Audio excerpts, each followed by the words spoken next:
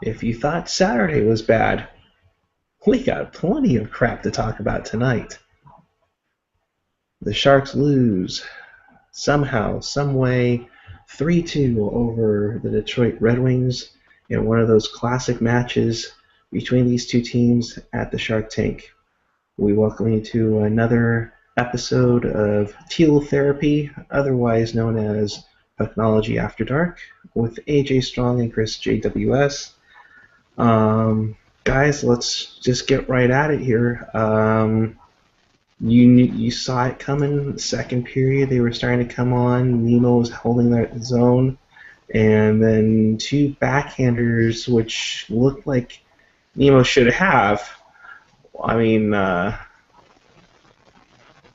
don't know what to expect now. He has a great performance, and then gives up two weak backhanders that he should have had. Well, it's hard to score goals when you get off, I think 7 shots in the last 35 minutes. Uh, if you've ever wanted to see a clinic on going into a defensive shell after getting up on a team, watch tonight's game. They had one shot over the last 22 minutes. And then once again, of course, special teams comes to bite them in the ass, which everybody knows is like one of my favorite sore spots to bitch about. I mean, are you kidding me? They went more than 14 minutes without a shot. Then it took them 22 minutes to get one shot off. I'm dumbfounded by that. You had 4. Oh, I'm sorry. Let me put this in Todd McClellan speak so everybody can understand it if you watch the Epic series. You had 4 fucking days off, and you are facing a team who is playing their third game in 4 fucking nights while you had 4 fucking days off, and this is the fucking effort you put in after a period. And at this point, I tweeted it out. The Sharks need to just petition the league to minimize the time of the games from 60 minutes to 20 minutes, because are you fucking kidding me? I agree. We've seen this over and over and over and over. We've changed players, we've changed coaches, we've changed everything around. We've changed uniforms, everything, and you're getting what we call the same old Sharks. Now, let me at least the way that Detroit got back into this game after the first period, shots were 14-4, and within about 4.5 minutes, all of a sudden it went from 14-4 to 15-11. Right? So it came Detroit got off in the second period. Yeah, Detroit got off 7 shots to the Sharks 1. Now, granted, it's a 4-minute power play there. And let's be honest, towards the end there, it was essentially a 5-on-3 because of Vlasic's broken stick. But still, the final 20 minutes of that game, you have got to be kidding me. Maybe McClellan needs to find a new word other than fuck at this point to try to fire these guys up. Completely inexcusable if nobody pays the price for this. In other words, if nobody gets traded between now and Monday, to me, you know what the message that Wilson is sending is? This behavior is completely acceptable, and I like it. Yep, absolutely. You think you either change to get better to make the postseason run, or you change to get better for the very long future. And right now, you hope like heck that Doug Wilson's phone is ringing about trades because, or he's making calls right now because there's no excuse. Your obvious problem is defense and finishing off teams. There's no killer instinct. There seems to be no passion. There seems to be no drive, which Todd McClellan has even said. And the sad thing is, everything that you just said, a lack of drive, a lack of passion, a lack of heart, these are things that Sharks fans have been complaining about for the better part of the last decade.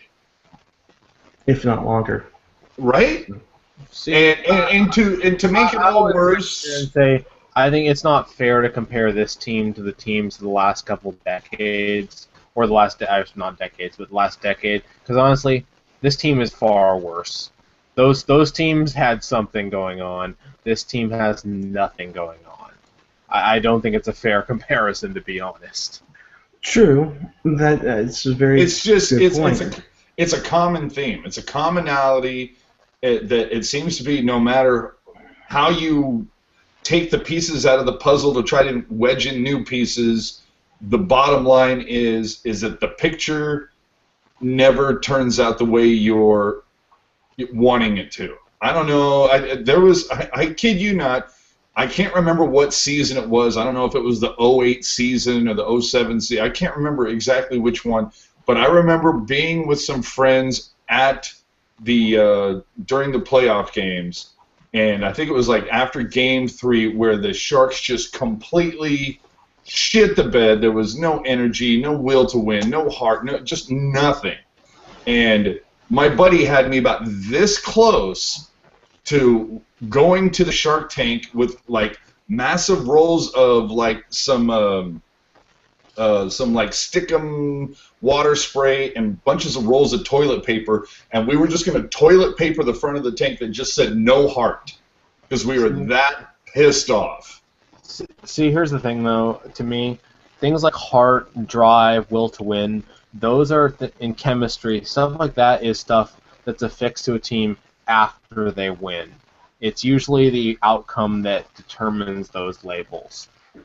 That said, though, to me, tonight's game, I think you said it correctly, saying this was the epitome of going into a shell.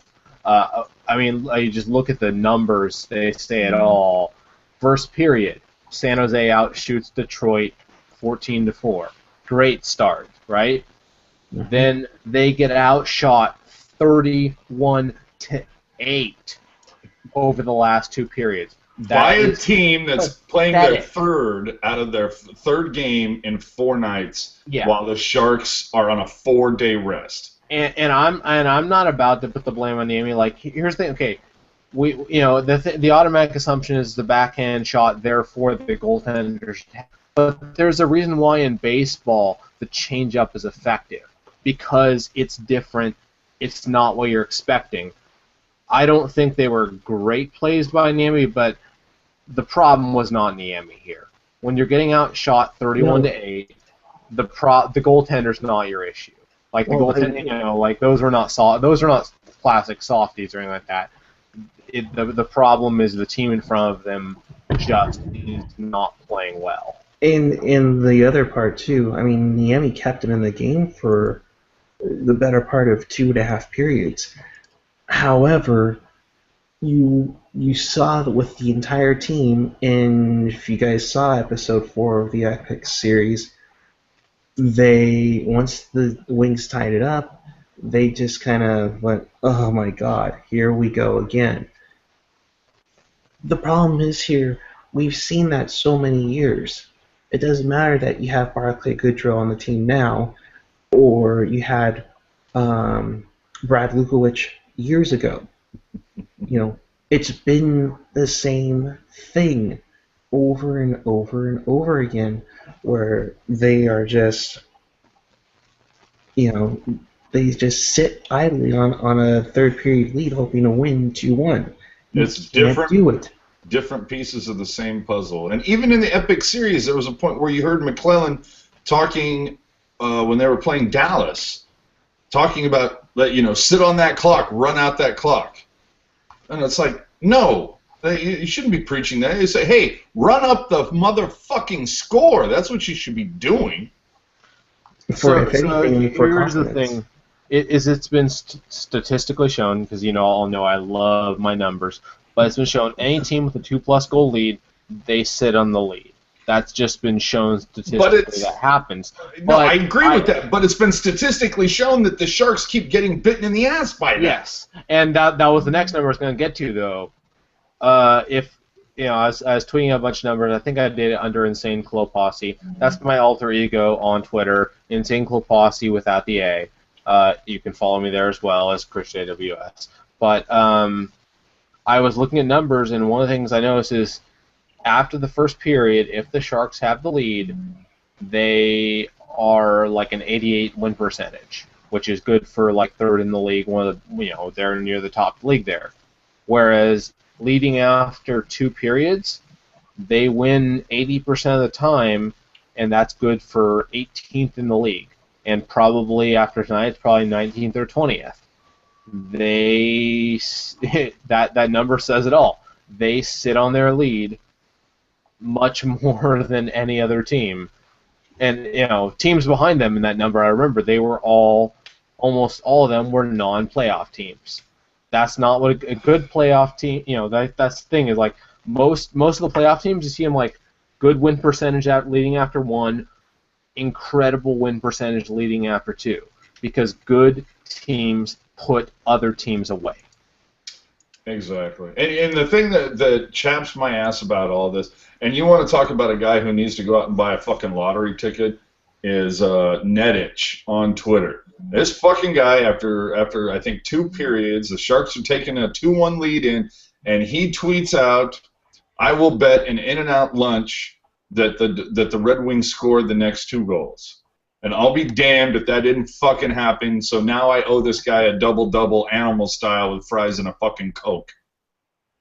I gotta remember to take that bet with you then. Shoot, that's a good bet.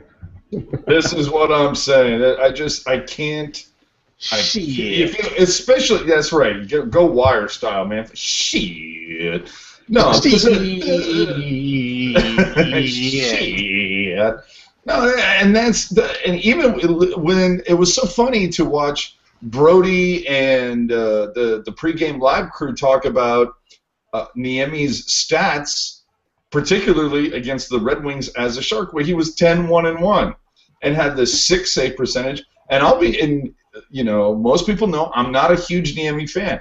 The first 40 minutes, as Eric pointed out, he kept this fucking team in there. He was making some 6 saves. But for some godforsaken reason, anytime Thornton or Marlowe come in with speed, they decide to hit the brakes so that they act like the blue line is like the world's biggest stop sign, and they kick on the fucking brakes for some godforsaken reason. And then you've got Burns getting hung out to dry again.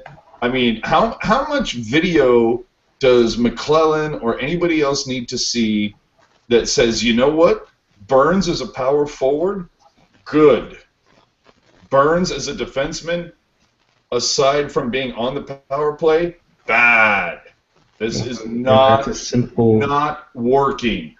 And that's a simple fix. You put him on the point of the power play. Done deal.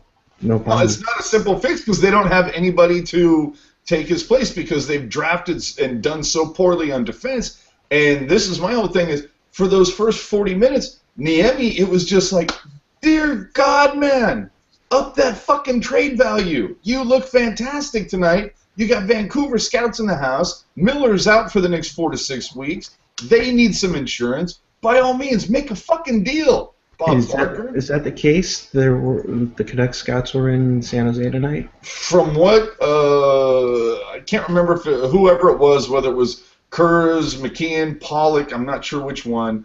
Or maybe it was more than one, but I remember somebody tweeted out that there were scouts from like 5 different teams there. It was like Vancouver, Boston, and 2 or 3 others. So there were scouts in the building, and as you can see, if a deal like Clarkson for Horton can be made, anything can happen. Right. Make a move. Let's be honest. I'm kind of hoping that Wilson was maybe looking at tonight's game, which was going to be the pendulum swinging one way or the other as to whether they were buyers and sellers. And I think we all figured out tonight they're sellers. They should be sellers. They should be sellers. And whether they will be is a different question. And didn't somebody leapfrog them tonight in the standings? Like bump them even lower? Yeah. Was it Winnipeg or somebody? No, Winnipeg's already over them. Yeah, Winnipeg's already over them. They had a chance to. Okay, not leapfrog them, but but somebody like increased the lead. Plus, with the Sharks losing, Yeah, Sharks everybody in could've- front of them increased the lead. Yeah, the Sharks could have leapfrogged LA because of the points in the tie. I think with the regulation overtime win, they blew that. Minnesota won. They leapfrogged Calgary. So right now your wild cards are Winnipeg and Minnesota. Calgary and San that's Jose are sitting on the outside. That's what it was. Is that I think if I remember correctly, I've seen something on Twitter that Minnesota winning tonight because of that win, even if San Jose had won, they still wouldn't have gotten back into the playoff picture because of that win. No, but they would have leapfrogged LA and they would have been back in there. But LA still would have had games in hand. Yeah. Okay, and that's neither here nor there. So AJ brought up the trade deadline coming up here. Want to kind of slip in a question here. Let me make sure I get the Twitter handle right. From Eric Landy on Twitter, at Eric Landy, with an I at the end there. If the real retool rebuild here is going to take 2+ years, which it wouldn't surprise me if it does, because this is a pretty rough first year of this, should we look at trading Pavs? And to add my own thoughts, is he untouchable? Like, he is 30 years old, so he's not, he's got a good five productive years left on his career, probably at least. But is he untouchable, actually? It's a fine line because if you trade Pavelski, he was supposed to be your next captain, which apparently it's not going to happen. And 2, you give that. What are you going to sell the fans into that you're building a winner? Well, you still have Couture, Vlasic, Burns. You still have some young guys.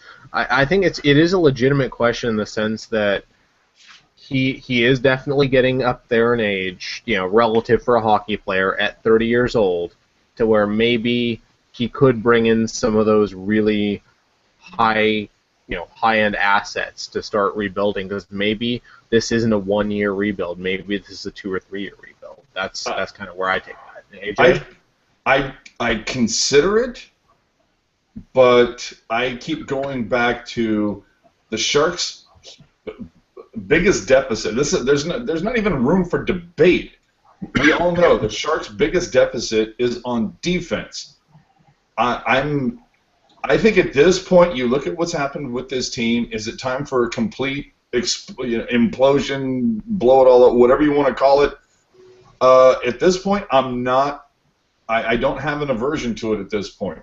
Maybe pick 3 names out of a fucking hat at this point. Couture, Vlasic, and somebody else. Everybody else is on the table. You say, this is who we're going to build the goddamn team around. But the thing is, you better get some incredible value back for those people, especially Pavelski. But the bigger thing is, learn how to fucking draft defensemen in the first 3 rounds. Make those picks count for something. If you don't, then what's the goddamn point? Completely agree. I think, I agree. I think Pavelski, I don't think really anyone's untouchable at this point. Anyone, if the price is right. Couture is probably the one that's the closest to untouchable to me. Like, I think he is the most important key for the future because he is pretty damn young and he is that kind of caliber player. Pavelski, again, I wouldn't be up for trading him unless we're getting great value back. Like, if some team that feels like they're this damn close to getting the cup comes along and thinks he's the missing piece and is willing to trade the farm for him, as much as I love Pavelski, I would say pull the trigger on that, because at this point, we're not a cup contender. We're barely a playoff contender. But that brings up to the point, guys, is that how much do you implode this team? Because if you trade Pavelski or Couture, or for that matter, Pavelski and Couture, and try to land first rounders up the yin yang, what do you tell the fans to say that you're rebuilding, but do you want to go into an Edmonton rebuild because that's No, still you not don't have to working go. You for don't have to them. go that extreme, but you can go rebuild, as in where you're on the cusp of making the playoffs or maybe an 8 seed for a year or two, and sell Fan, that. Yeah, we're building up for the future. the fans are already. Edmonton went to the far extreme. Yeah, no, I was gonna say no. You're absolutely right. No, the fans at this point. Hello, have we seen it this season? More, and I didn't catch tonight's number, but based on TV, I wouldn't have said it was a sellout. Apparently, it was.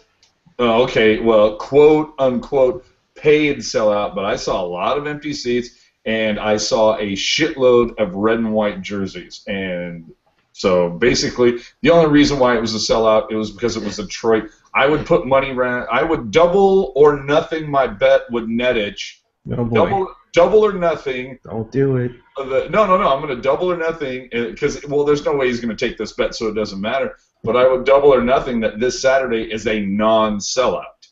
And at this point, they've got a losing record at home. They have more non-sellouts than they have sellouts. The fans are already leaving, and as was pointed out in a previous get-together here, the Warriors being on this fantastic tear is not doing them any fucking favors. Nor was getting, having to put down what, $2,500 plus your season tickets for Levi's. Well, yeah, trying to get people to buy in early, raising the seat. I mean, that's we can get back into that, man. I mean, raising ticket prices this year after spitting the bit up 3-0, and now let's be honest. I know that Chris had posted earlier that I think the percentage for the Sharks to get into the playoffs at last check was somewhere around 28%. That had to have dropped down to about 23, 24 after tonight's loss. It's 23.3. Okay, so I was just about on there. All right, you're pretty close. All right, so 23%. What did I say? 23, 24, right? I mean, shit, I couldn't get any closer. Yeah, you were pretty spot on. It was 25% last time. It's dropped a couple percentage points there. There you go. Well, finish your thought here. I have something more to add. All right. So the fans are already leaving. You've got the Warriors as your other ticket if you want to see a winner play. They're down to 23%. As we've talked about, as I've mentioned, and I keep mentioning that I was saying this back around Thanksgiving, this is going to be the year that they don't make the playoffs. I don't think they'll make and I'm stating it right now, I don't think they'll make the playoffs next season either because it's all part of the plan.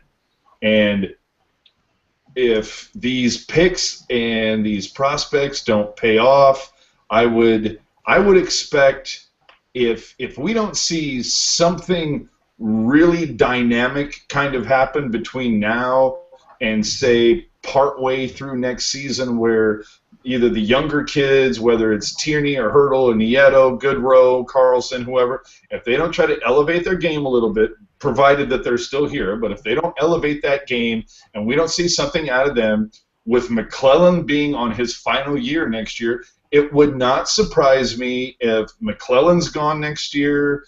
It all just goes down to what happens in this offseason.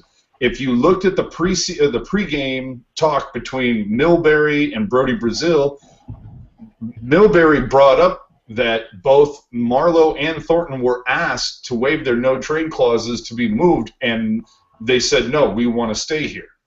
And of course they want to stay here because nothing's fucking expected of them, apparently. They want to live here. They enjoy the life here. They don't get bothered by anybody. They live in great weather, and they don't have media heat all over them. I mean, you see the shit on Epics. You see the post games. Thornton gets asked 3 questions. Okay, is that it? Okay, thanks, guys. Bye. So a couple things. One on playoff chances. So I was doing a little more stats digging today. So this season, the Sharks are 4-0-1 against Anaheim. Division leader here, right?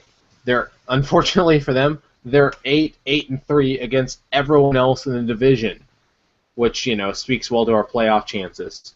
So the second right now, the Canucks are in second place in our division, at least when I last checked.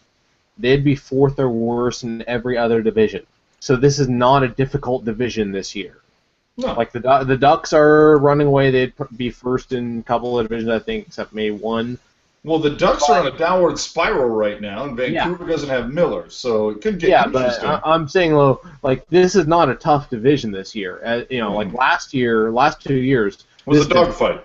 was brutal. This is not a very good division this year outside of the Ducks. And I wouldn't even say the Ducks are that good. I just think, they've managed to amass a lot of points in spite of their flaws. But the threshold to make the playoffs, if you're over 93 points, that's usually when you'll at least be an 8 seed, right? Year over year, very few teams miss the playoffs. You have at least 94 points. So I kind of looked at what the Sharks need to do that. If the Sharks go 500 on this current homestand of 7 out of 8 games at home over these 8 games, if they go 500 over their final 13, where they play 10 of those on the road, they'll need to be 8-4-1 or better just to hit 93 points. That's the situation we're looking at. The opponents in the stretch are just barely above 500 in terms of win percentage, arguably below if you count overtime losses as losses. The overall record is sub 500.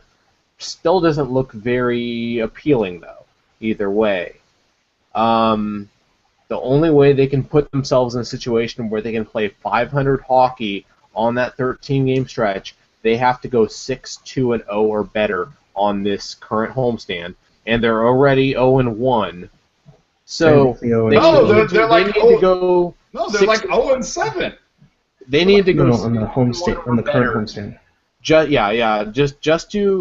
Just to put themselves in a situation that they can go 500 over that 13-game stretch to finish the season. They need to win 6 out of the next 7 games.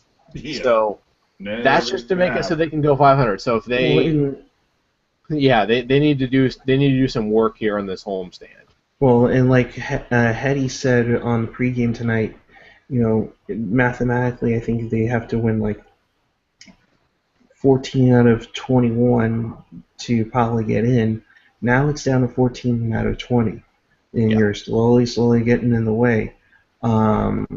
Like what you're touching on, AJ, here is that the Sharks have lost 7 in a row. That's including the stadium game because that's considered a home game for the first time since 1995, the first shortened lockout season. I mean, there's to the point where you have to figure out what are you doing at home that you're just not winning together. The Sharks have 3 wins this month. They have a win per week. They have 1 win per week. They haven't had that yet, and they have Saturday to finish it off.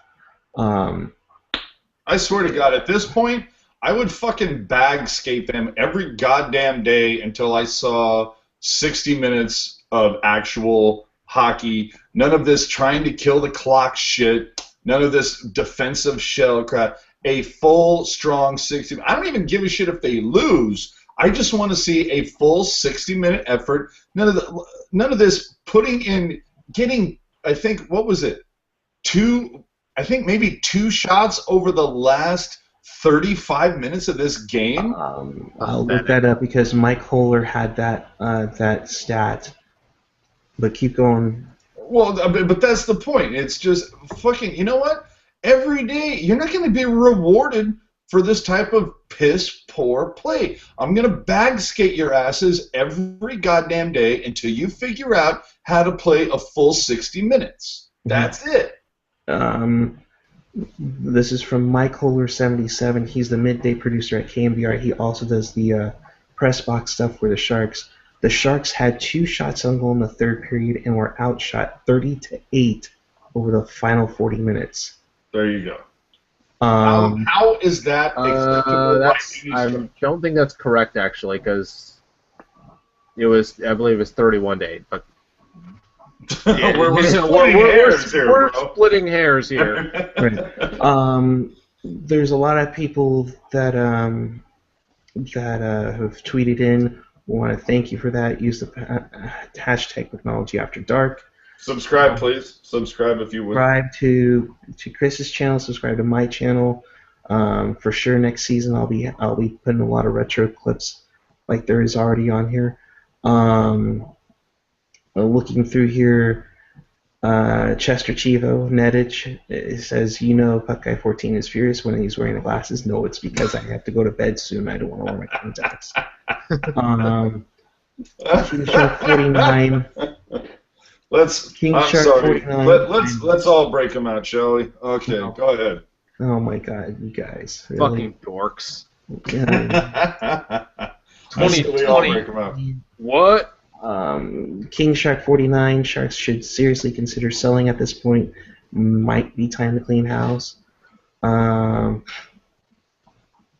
you try? I mean, I don't think you could trade with Buffalo or Edmonton to get their first round pick. But at this point, why not? The one Twitter rant that I'm going to hit, Denise, she is DE_NICE89. You are awesome. I love you to death. This is a series of tweets. Doug Wilson, you need to do something besides visit your local tanning salon for the love of my sanity. The quote-unquote, you're not a real fan if all you do is complain about the team. To which she responded, I have willingly given thousands of my money to this fucking franchise, and for what? For this bullshit they call management and team effort? Please, it's a fucking joke. I can't. If Hasso Plattner's out there reading Twitter tonight, get rid of DW, please, before he dooms this franchise to relocation. If Drew were still here, he'd be serving his plate of honesty with a side of fucking brutal. But no, he's not here because who needs honesty? And you know what? Is more of DW overpaying on the trade deadline is not worth it philosophy.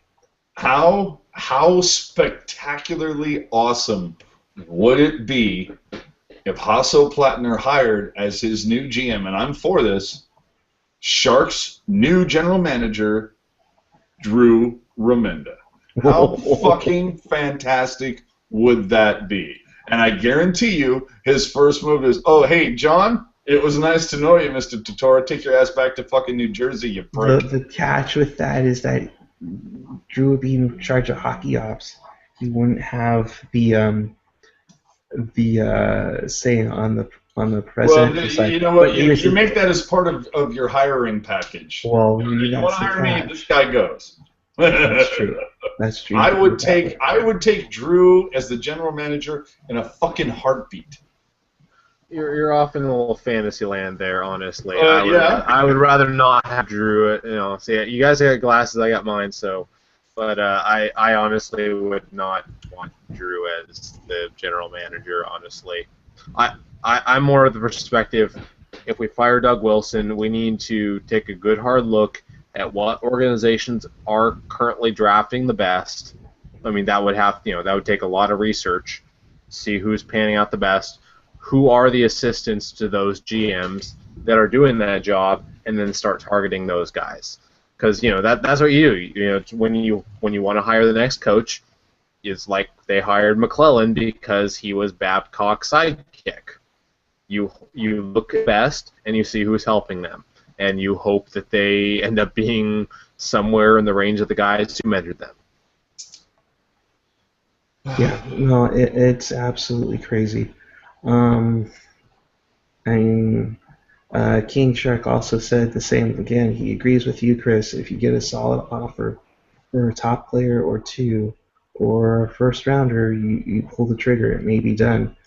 And Nedich also agrees. As much as we love Pavs or Couture. I'm waiting. I'm expecting Saturday night when Sharky goes out onto the ice to wave his flag. I'm expecting that flag to read, "Everything must go."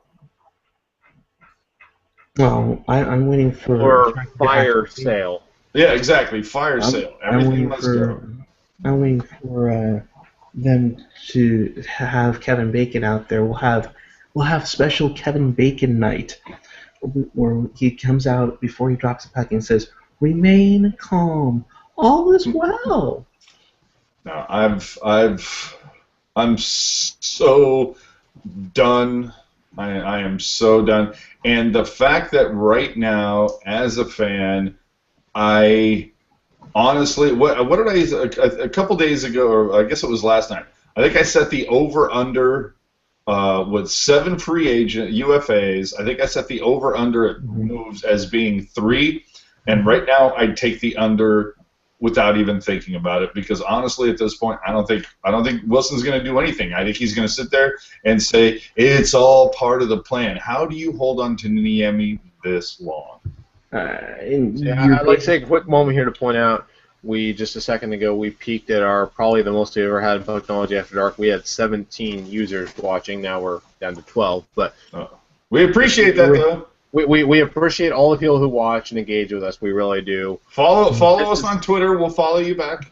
This is our pilot season of Pucknology After Dark. Next season we will be back bigger and better than ever, hopefully with more production value. But thank you to all that are watching right now. We really appreciate it. Very appreciated. We know that it's been torturous for many. We know that it's been very torturous. You know what the problem is? 1171-2, though. That's for sure. You know what it is, Chris? This is not a today podcast. This is a tomorrow podcast. Oh God. So that's so next season this podcast will probably be a little bit better. We're going to take a step back in this podcast to hopefully take 2 steps forward next season, because this is a tomorrow podcast. Yeah, exactly. You make it a little grainier, a little lower production value to have more tomorrow. It's not a rebuild. It's a reload. It's a podcast. It's a reset. Reset and refresh. Reset and refresh. Exactly. We're bringing up the young talent. Well, that's mostly me. You guys are old. But whatever. And speaking of, we have a couple more tweets. Eric Landy, who, by the way, my name is Eric. You spell it the right way. You rock. Crispy Churro with a 0, Eric with a K. That's right. How about the Penguins? And Landy with an I. Okay, go ahead. Oh man, Eric and also where is it? SJ Sharkbite were both saying how about well, Eric says, how about the ex-GM of the Penguins? That's Ray Shero, or Peter Chiarelli if he gets fired from Boston. Well, you brought up Shero the last podcast. Right. But you guys, if DW were to be fired either tomorrow or at the end of the year, who do you bring in? Well, first off, it isn't going to be tomorrow. It's more of an end of season decision, I think. Yeah, no, absolutely. Excuse me, I'm trying to. Okay, I had to get into my next bottle of Victory at Sea. He's fighting with his bottle here. Yeah. Prep for a rant. At this point, and it's weird. You look at the logo of this bottle. I can't tell whether it's blue or black or gold and white. It's really interesting. So anyway. Let's not go there, please. Yeah. Okay. Come on. It was a little joke for the Twitterati. So anyway, I at this point, I've never had that much of a problem with Wilson. He's made some great moves. My biggest complaint has always been the amount of effort that I see expelled, or the lack thereof, that I see expelled on the ice. And, I can't put that on the coach, because not that I've played professional sports at any fucking level. But I've just it's like, whether it's on my softball teams, whether it was on Pop Warner football, Little League baseball, or whatever, that if you see somebody half-assing it, especially when it's a person who is supposed to be like one of the best players on the team, and you see them half-assing it, that filters through the rest of the team like you would not believe. And I swear to God, there are some times where you look out there and you see Jumbo just kind of gliding a little bit. And when you know that Jumbo's making $7 million and you're making like $850,000, $900,000, and you see the big money guy gliding, you're gonna start going, "The fuck am I busting my hump for when the big money guy is taking his time?" It goes back to what Eric said, which is a lack of heart, a lack of passion. I don't know. I just feel like Wilson's done a lot of good things, and I think they are, like I said last time, find me the GM that has made every correct decision, where everything he's ever done has been the right thing and it's always paid off. You're not going to find that. Wilson's been a very good GM, but he's had a decade. Maybe it is time to finally move on. I still don't feel like McClellan should be the scapegoat. I still feel like the first thing that needs to be moved are Thornton and Marlowe. Obviously, I mean, we're not going to bring in the UFAs. Everybody knows I think Niemi should have been moved last year. But when it comes to the big money pieces, no, I think Thornton and Marlowe, they're at the back end of their contracts. This is it. Let them. You know what? Don't be dicks. Trade them to a place, whether it's Chicago or LA or whatever, somewhere where they have a good shot to win, to finally get a cup. But make sure you get good value in return and say, you know what? We busted our asses for 10 years. We tried to do what we could. It didn't work out. So, you know what? Remember the Al Sims era where we're going to do that shit again. And we're going to try it over. And that's just the fucking way it is. And just as a side note, real fast, I know I've been rambling and ranting. Fucking Generation X, do not put up the goddamn Hulk graphic. Fuck you. But the thing is during the game tonight when they were coming back, I think from one of the intermissions, or they're going to commercial, whatever it was, they showed the some video from the quote unquote Sharks Alumni Association guys that they brought out during the Stadium Series, where you saw Nolan and Ricci and Craven and Larionov and just a bunch of people. And I think I probably share everybody's thoughts when you look at Mike Ratchey and go, who did he eat? But aside from that, the one guy that I saw was Mark Smith, and I was just like, God, I miss that fucking guy. He was not the most skilled by any stretch of the imagination, but you know what? He's the only fucking Shark that I remember since Ricci that every shift he was out there, he gave every fucking thing he had. He's the only Shark I ever remember beating out icings on a regular basis because the dude was all hustle all the time, all heart all the time. Mm-hmm. And the Sharks are seriously lacking those kinds of players. So I hate to break up your Hulk smash rant, AJ, but I'm gonna let you finish. I'm gonna let you finish. If I'm doing real Kanye, I guess I should apologize later for this. But for Wilson, well, first, you have to listen to my album first, and then you apologize. Exactly. I think Wilson has always been very good at stalking our top 6 forwards. He's always been very good at that, but he's been piss poor outside of free agent acquisitions and trades at stalking the blue line. Just terrible at it. Not even average at stalking the blue line. He has been garbage at it. Now, he's always overloaded the top 6 to the point where he had to have the likes of Rhys Miller, Tomas Plehal, Ched Ortmeyer, Nils Ekman, Mark Bell, for all those guys that you had at top. Mark Bell, oh, for fuck's sake. And not to mention the chances on the rentals, like Gurin and Campbell and what have you. But you know what? Daryl on King Shark 49 on Twitter makes a great point. He says, you know what? D.W. Wilson has made good moves in the past, but it's a simple point of he had his chance. He had a fucking decade to make his mark, to get it done, and it wasn't enough. So it's time to change and move on. Exactly. Hopefully you go in the right direction and you get somebody to take them to the next level and you don't regress. But he had his 10 years, and I feel like Wilson was pretty fortunate because at least he started with a good goaltender. You know, it's like he started off with Nabby. It's not like he had to start his coaching career off with Kelly fucking Rudy or Mike Vernon on the back end of their careers. And I think in his defense also, though, part of the problem has been the coach's tendency, especially, McClellan's been here for now the majority of Wilson's tenure. McClellan has always had that predisposition to stalk the top six at the expense of the bottom six.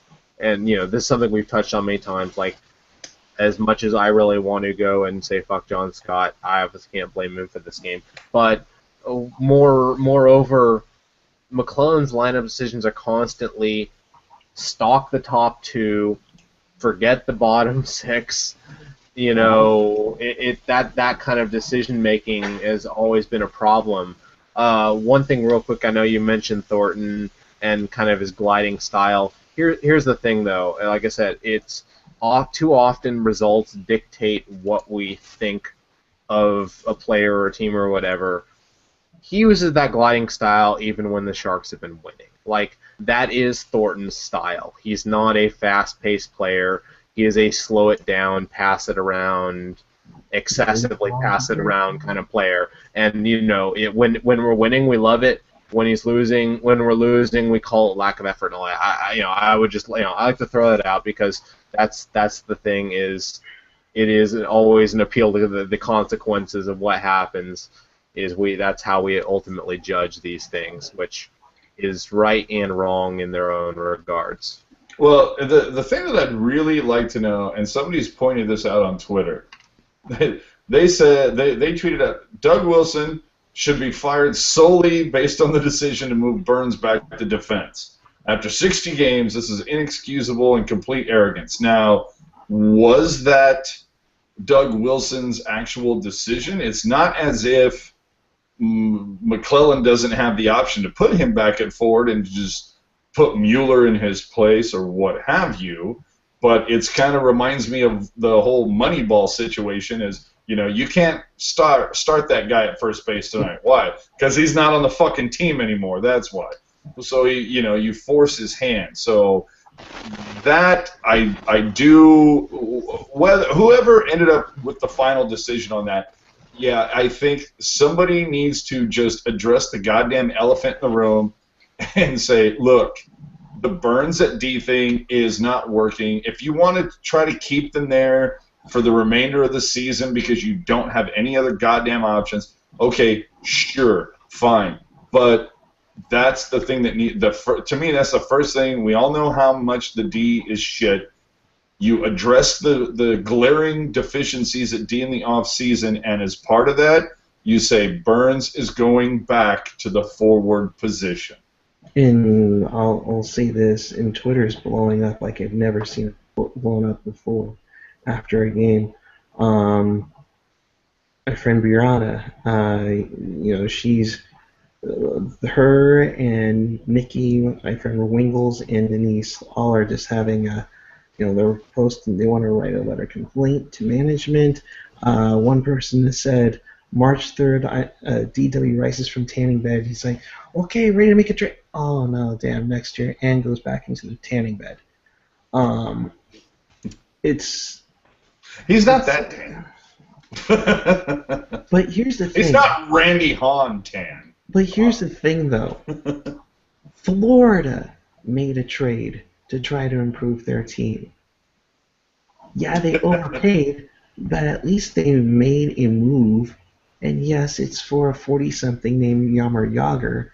But let's hold on before you. Honestly, I don't. Hold on, before that, I didn't get that either. Aside from the tax benefits, but let's give a hat tip to by far the best tweet that came out about the Yager to Florida trade was that Yager has been in the league longer than the Florida Panthers have been a franchise. That was hysterical.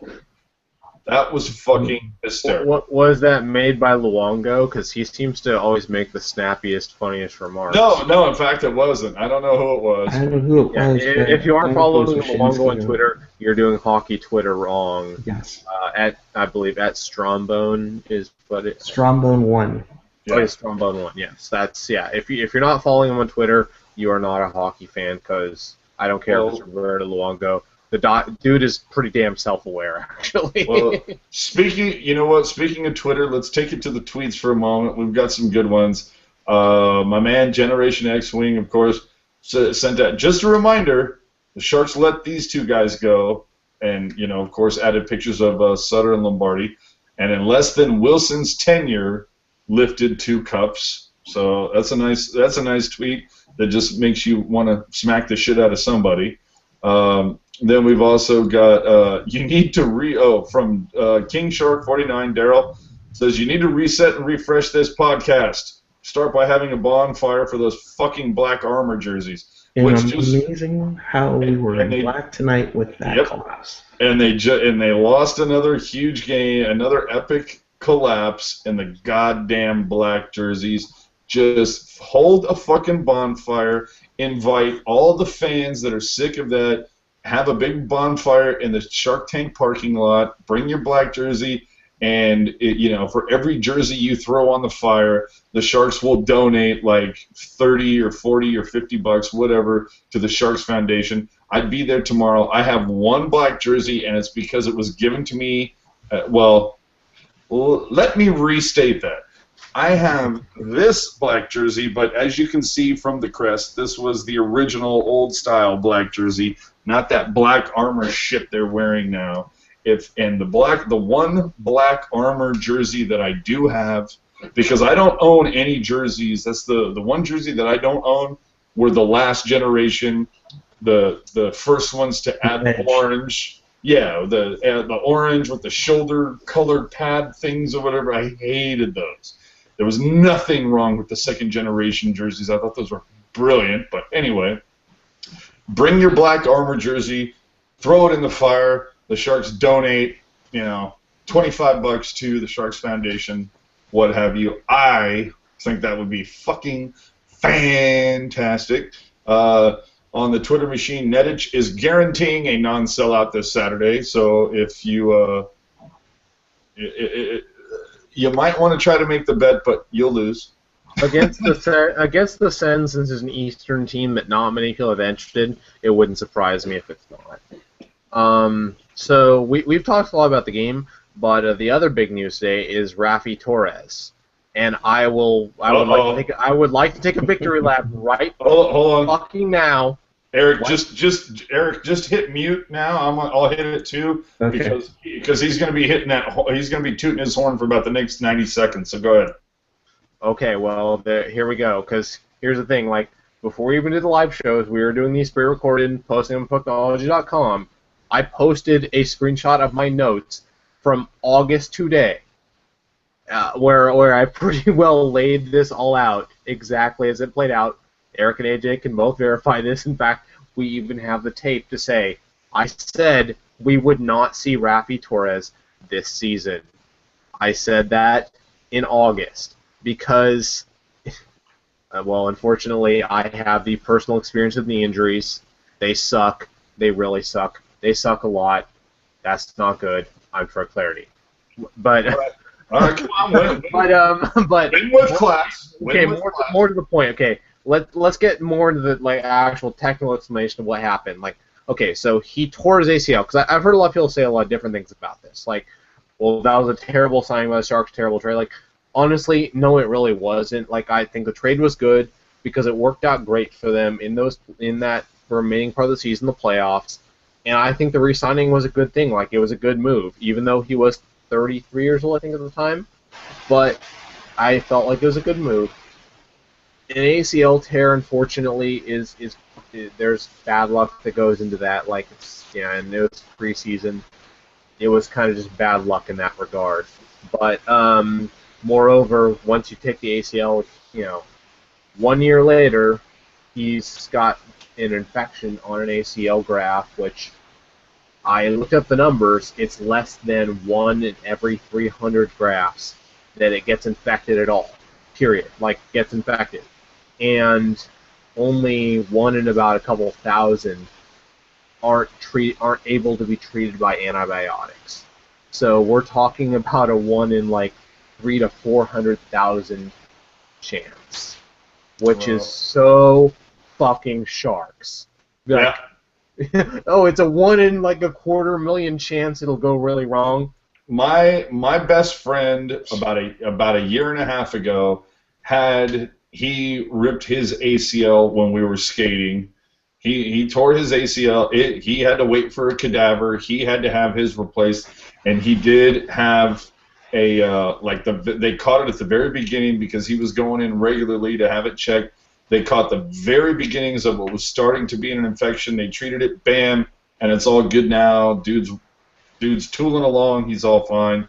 It's all awesome. So I get where you're coming from on that. It's extremely rare that you have an infection, let alone it be untreatable.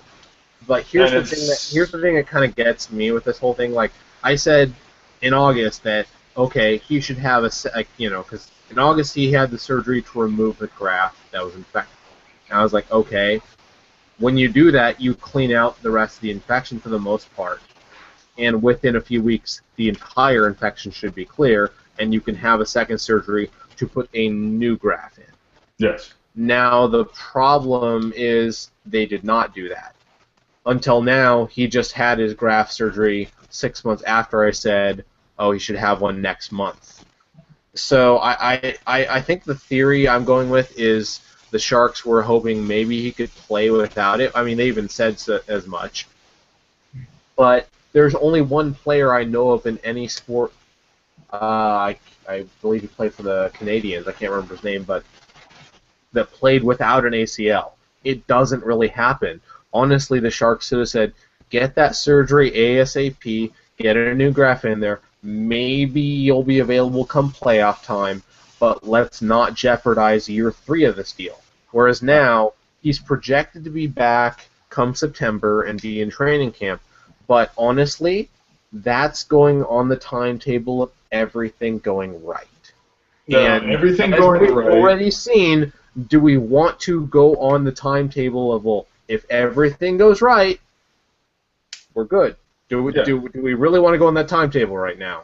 No, at this point, to me, Torres is just another piece to be dealt. If you can, he's on the, he's at the back end of his deal. He's obviously had these injury issues. It's very unfortunate because the spark he brought to this team when he first came here was fantastic. I loved the first few games I saw at Torres. I was like, man, these guys have a little bit of an edge now, and people are nervous playing it. It's like we finally have our kind of Theo Fleury kind of agitator that we've never really had. So I really liked watching Torres play with the Sharks. We do have some tweets, though, regarding the end of this game, whereas McClellan on the loss, basically talking about the failure to match Detroit in the final 2 periods is, we were playing with fire and we just didn't get out of it clean. Well, hell, I tweeted that I don't know how many times, whether how badly they did in the face-off circle or the ridiculous amount of shots on goal that they were putting up, as in 2. And then they've got Logan Couture quoted as saying, we need to find ways to win games. Right now we're finding ways to lose them. Mm-hmm. And it's like, okay, that's great. Well, that's a quote that could have been from 6 games ago. I mean, it's ridiculous. Matt Irwin is saying, yeah, it's as frustrating as it gets right there. Well, I mean, honestly, I don't want to go into full Ray Ratto mode, especially after the way he got destroyed by Kozimor tonight. But it's that whole win the game type of thing where it's like this is another chance where you just win the game. This is another opportunity where you had the game won. You snatched defeat from the jaws of victory. You potted those early goals. You looked great those first 20 minutes, and then for some reason about 5 minutes into the second, you said, "Oh, game's over, right? We're just gonna do I have a friendly after this? Is that what we're doing?" And you just you forgot how to shoot you forgot what hockey was, and that's just inexcusable. 61 games into the season. That's inexcusable 10 games into a season. That's the thing that I don't think that the Sharks get rung up for enough, is that they are committing mistakes that you should have had out of the system by game 10, game 12, whatever. This is early training camp bullshit that they're still having to deal with, and what makes it even more frustrating is it's being committed by guys. It's not being committed by the new guys. It's guys that have been here for a couple of seasons. Yep. Burns comes to mind. L. Bryan points out with Torres, a common cause of infection is training too much before something's properly healed. I don't know if that's quite the case but I wouldn't be surprised if that is a common cause. But also from our friend Chester Chivo on Twitter, was it Josh Georges? I probably said that wrong. Josh Georges. Yeah, he was the guy who played 8 years without an ACL, which is insane and is absolutely not what you'd want to model after. But that makes my point that yes, one guy has done it. Most guys can't, and the fact that Sharks even entertain the notion is insanity. They should have told Raffy, get the surgery, get ready. If we're luckier, ready by May. Otherwise, we'll see you next year. Let's get you actually healthy for at least 1 full year of your contract. Well, I feel like the Sharks mismanaged his injury pretty badly. Just like they're mismanaging Mirko Mueller's career. I'm looking at the Twitter machine. This is fantastic. Joe Pavelski quoted as saying, "It feels like we wasted 2 points." Yeah, and water is still wet. Pollock tweeting out, "The Sharks are now 0-5-2 at home in the month of February. They are winless in the month of February." And then my favorite, Matt Irwin quoted as saying, "We have to put points in the bank, set ourselves up for the stretch run. To not get points is extremely frustrating." I love the part where it says we have to put points in the bank. It's, no, motherfucker, you need to open up an account first before you can start banking shit, all right? Yeah, it's just gotten over and over and over again. And you guys have had your rants. It's time for mine. I've gotten sick and tired of this team just sitting back on leads. You guys are nicknamed the Sharks. Have a fucking killer instinct. There is no need to sit back on a lead, play prevent defense, because we know in the NFL that always works, and to sit back. And also, for this matter, your mental head. For crying out loud, don't let a goal or a hit get to you. Hell, hit back. They score, why don't you go down and attack and score yourself? There's no killer instinct. There's no passion on this team. There's no heart on this team. And the problem with it is that fans have more passion and are begging for a change because they know that a couple of changes here and there, we're back in the playoff race. Meanwhile, you're seeing Winnipeg. You're seeing Florida. You're seeing LA pick up players that teams that are ahead of you are making moves while you just sit idly. Well, guess what? Back in 2007 when we got eliminated from Detroit, Doug Wilson said, and I will quote, "We will not sit idly and see him September." Well, guess what, DW? That's what you did last summer. And now look what you're doing. All you've done since you acquired Melker Carlson, Ty McGinn, and John Scott is trade Demers, waive Burrish, and send a bunch of guys to Worcester. Now, if you're telling me that the youngsters that you have coming up are good enough to make this NHL roster, sure, that's fine and dandy. You're making an NHL roster, but how good are they?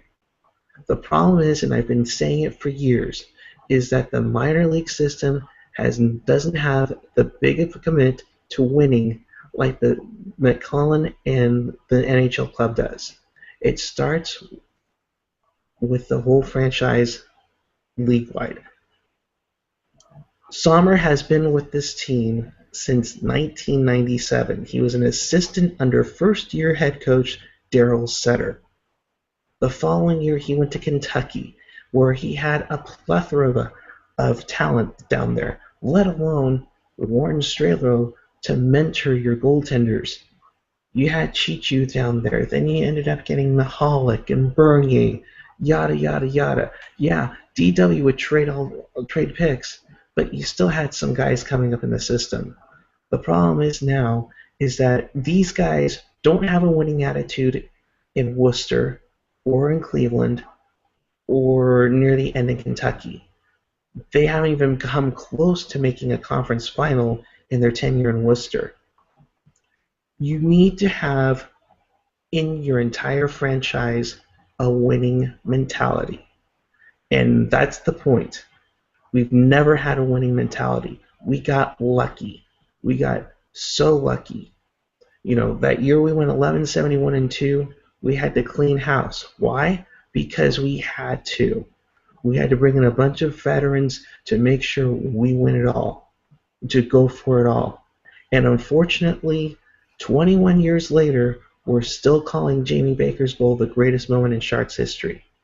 A game-winning goal, a series-winning goal in the first round of the playoffs is our greatest achievement? Are you fucking kidding me?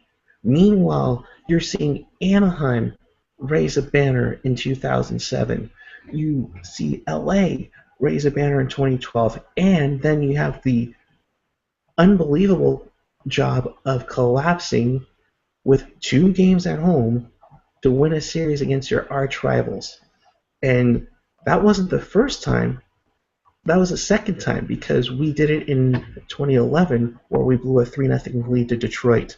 And thankfully we won Game 7.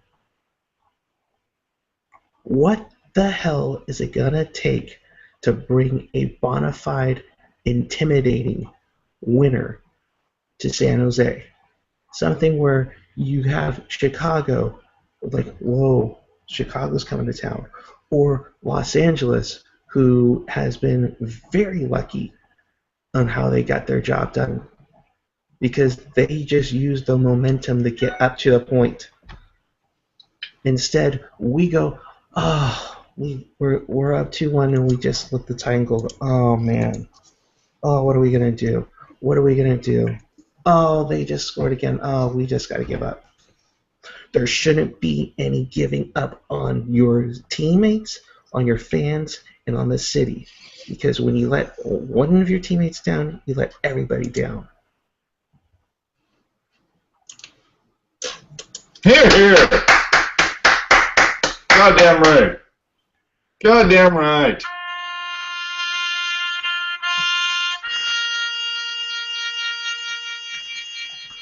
Just like Rafi Torres, the Sharks' 2014-15 season has gone to shit. So sorry. That's not good. I'm Trey Clarity. Burn in Hell 2014 season.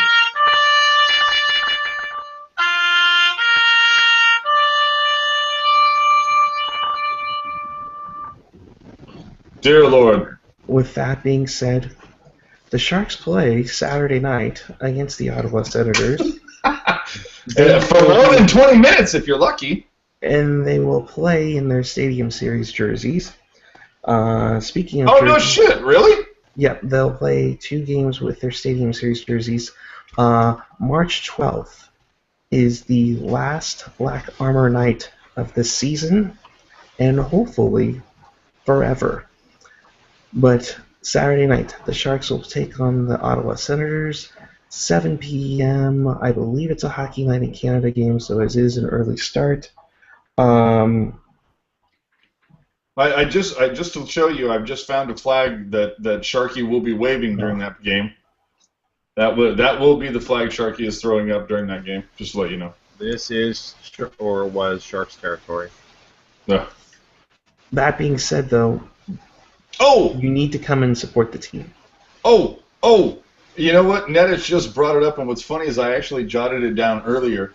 With regards to the bag skate punishment, I think that he should give the players the option.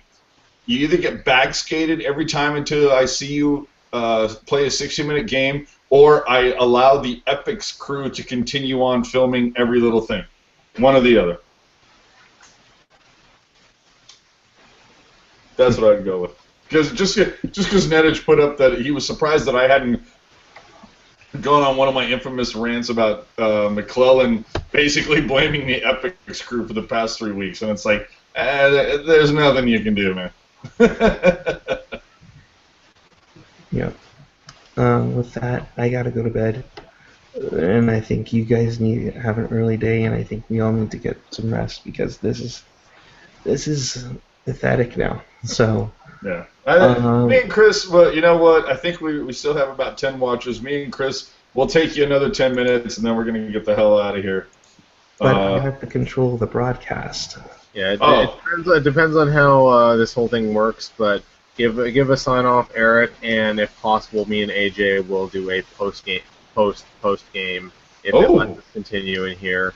If you want to, little Pucknology After Dark overtime here, but go ahead and sign off, Eric. If Google Hangouts will allow, we'll do so. If not, have a good night, everyone. Right. I mean, if you guys even want to start your own link, go for it. But probably more effort than we're willing to put in. Yeah, we also have early mornings too, but if possible, we'll keep going. If not, y'all have a good night. So go ahead and do your thing, Eric. All right. The Sharks will play again Saturday against Ottawa. Please win. Please, for the love of God, win. Until then, I am Eric, PuckGuy14 on Twitter. He is AJ Strong. He's also Chris JWS. Also for our friend, Gentry Alexander, J Alexander 46. Keep it real, keep it fresh, keep it real fresh. I'm going to try and see if this works. You guys take care.